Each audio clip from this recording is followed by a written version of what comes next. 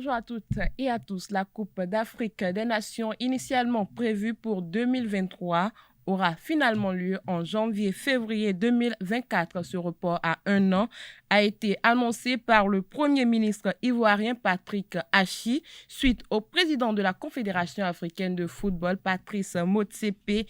Il a invoqué le climat en Côte d'Ivoire pour justifier ce décalage. Comme vient de l'annoncer la Confédération africaine de football, la CAN 2023, notre CAN, se déroulera en janvier-février 2024 pour bénéficier de meilleur climat pour le jeu comme pour les joueurs.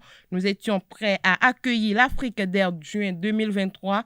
Nous le serons en janvier 2024 ensemble, a écrit Patrick Achi sur sa page Facebook. Le patron du foot africain a en revanche assuré que les préparatifs ivoiriens pour cette compétition ne sont pas en cause. Revenant à l'échelle nationale, le championnat professionnel de handball a pris son envol le samedi 2 juillet 2022 au Hall des Arts et Loisirs de Cotonou. Pour les matchs de lancement, les dames de Aspac en premières heures ont montré leur efficacité devant les buts adverses de Assomodel qu'elles ont largement dominé 29-18. Dans la rencontre des hommes, c'est toujours Aspac qui est venu à bout avec une différence de 25-23 devant la même équipe de Assomodel. Dans les autres rencontres disputées hors de Cotonou, Flowers de la CNSS montre sa bonne forme pour avoir pris part aux compétitions africaines.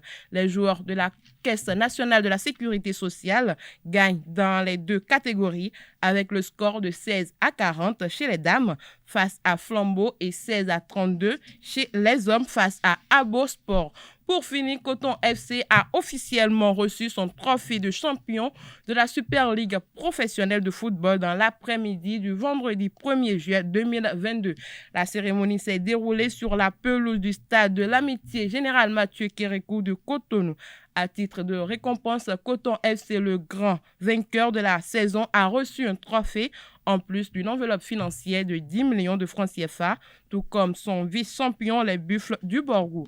La surprise de la soirée vient du président de la Fédération béninoise de football, Mathurin de Chacus, qui a complété à titre personnel la cagnotte du champion. Il a offert un autre chèque de 10 millions de francs CFA, ce qui permet à Coton FC d'être récompensé de ses efforts de la saison 2021-2022 par une enveloppe financière totale de 20 millions de francs CFA.